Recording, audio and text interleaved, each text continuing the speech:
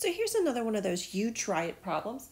And I really do want you to try this. That way you know that you're ready to do that homework.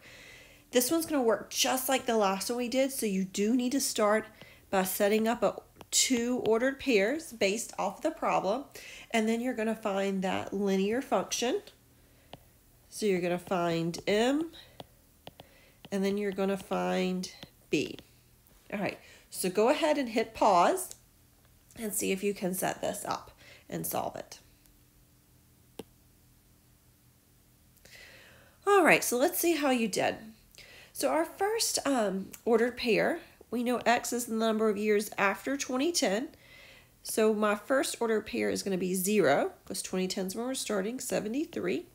And my second ordered pair is going to be 5, because I'm going to have 2015 minus 2010. So 5, and in that year I recycled 75.5 million tons. So to write my linear function, I'm going to find M. So I'm going to use that slope formula. I think that's the equal sign. It's making it want to look like a Z. M is equal to y2 minus y1 over x2 minus x1. I'm going to type in the numerator. I'm going to type in the denominator. And that's going to give me 0.5, or you can write it as 1/2, either one. The next step is the step that people don't like to do. We have to find B. You can use either point that you want to. There is a shortcut on this one, so I'll point it out if you like shortcuts.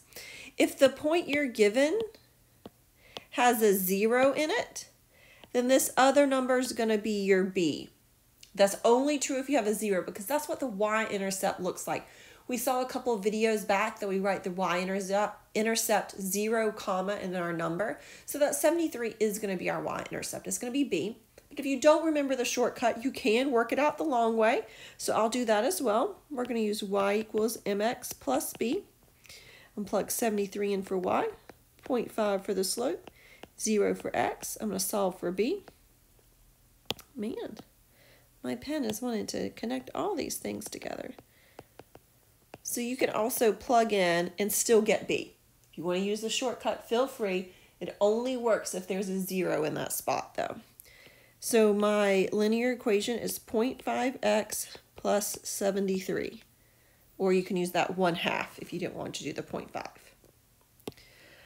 All right, now we're going to go down to B and use our equation. If you haven't tried B, go ahead and pause and try a B. If you have tried B, let's see how you've done.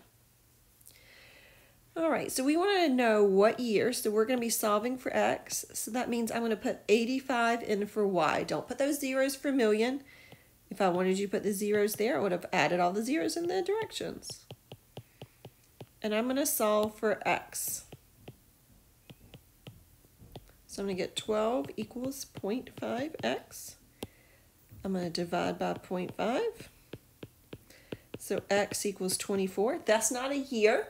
24 is not a year. Instead, I'm going to add it, going all the way back up here to the top.